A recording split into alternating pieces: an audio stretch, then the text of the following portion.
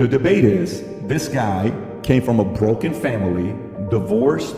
My out was the Army because I had a 1.8 GPA, so Jesus Guerra came and recruited me and I was not a good athlete. So I can't get a full ride scholarship because I never disciplined myself to play sports, even though I was in shape, even though I was tall, right? So I go into the Army, I'm gonna do 20 years. Then I go into 20 years, I get a phone call, a guy challenges me named Kogan, says, I think you can do more when you get out of the Army. I said, dude, I'm not getting out, I'm re-enlisting tomorrow. He calls me at midnight. Kogan Alaverde, one of my best friends in the world, sweetest guy, you've never met him, you'll meet him, you'll love this guy. So I go to sleep, try to go to sleep. I wake up in the morning, go to Lieutenant Colonel Peacocks, and I say, listen, I'm gonna get out of the Army because I'm gonna go pursue my dreams, but thank you for everything you got me. Everything you got that I wanted on my orders, you got me. Till today, I'm looking for Lieutenant Colonel Peacocks. He probably ended up being a general because the guy was a G, he was a leader. I get out, I struggle. First business, fails. Second business, fails. I tried a personal profit portal, internet, sale, fails. All these things I do fails. I'm working at Bally's. I quit my job to try to do a business. I'm in debt $49,000. I go back to recruiting to say, if I go back into the Army, what would I get? Negotiations come in because there's a part of it that can pay off your debt if you sign in for 6-8 years. I'm like, that's great. I'll go back into the Army. Then I get this one message saying, hang in there, see what happens. A little bit longer, hang in there. A little bit longer, hang in there.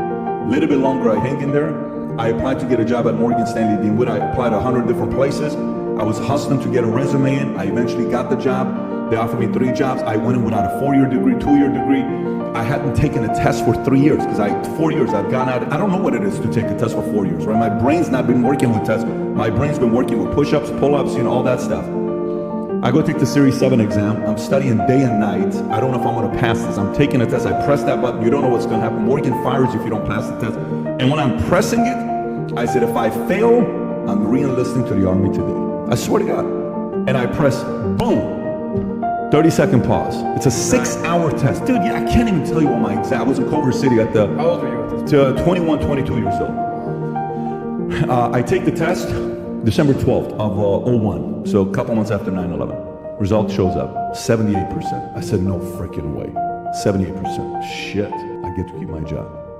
So I go back and I show to Morgan and say, look, you got 70, I said, I got 78%. Work your ass off, okay, and improve. Work your ass off.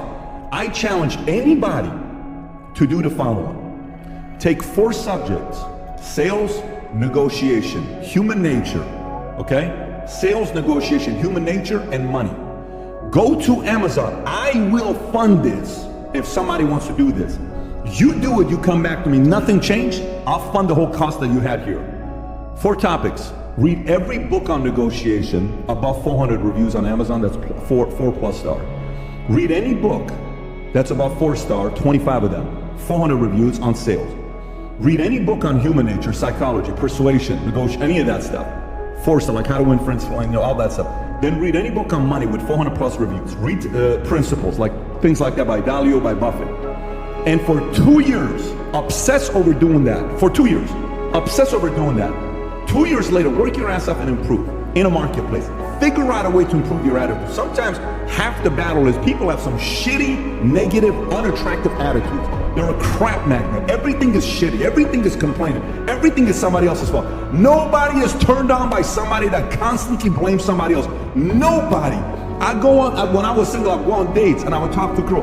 My last boss was a jerk. My last boss was an asshole. I said, out of your last 5 bosses, which one of them were assholes? All of them. I'm like, shit, it's not the boss's problem, it's you.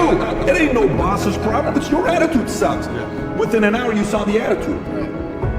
You read those 4 topics, 2 years. Work your ass off, come back to me 2 years from now. Matter of fact, you won't even come back to me because you forgot about it because you're killing the marketplace. The market rewards people who outwork and out-improve. It's proven.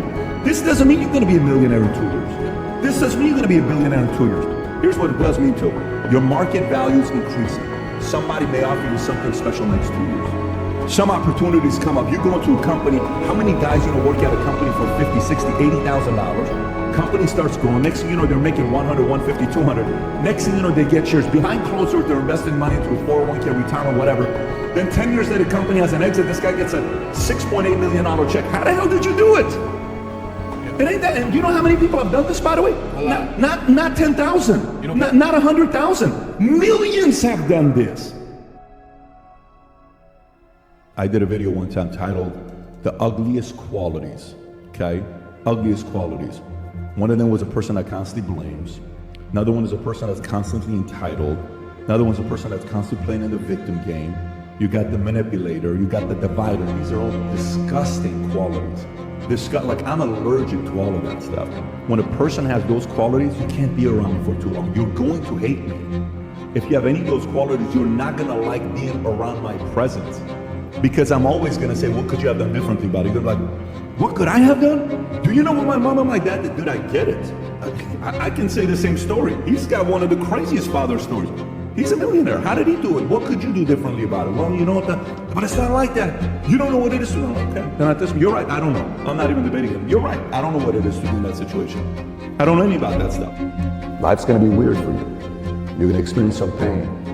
But eventually, if you stick it out and do something big, we're all gonna read about it. Just want you to know about this. We're all gonna read about it, whether it's in business, whether it's in sales, whether you're gonna be somebody that your family's gonna have the picture on the wall because you're the family that changed the entire legacy. Whether we're gonna find out about what you did in the company that took you to the next level because you wouldn't stop until you figured out exactly the solution, how to fix that one problem that the company's had for the last decade, and your obsessive personality finally figured it out.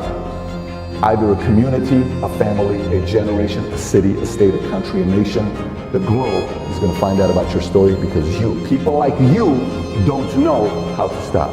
Everybody else who watched this was going to comment below and saying, that's not healthy. That's exactly why people have so many issues, because of what you're encouraging people to do.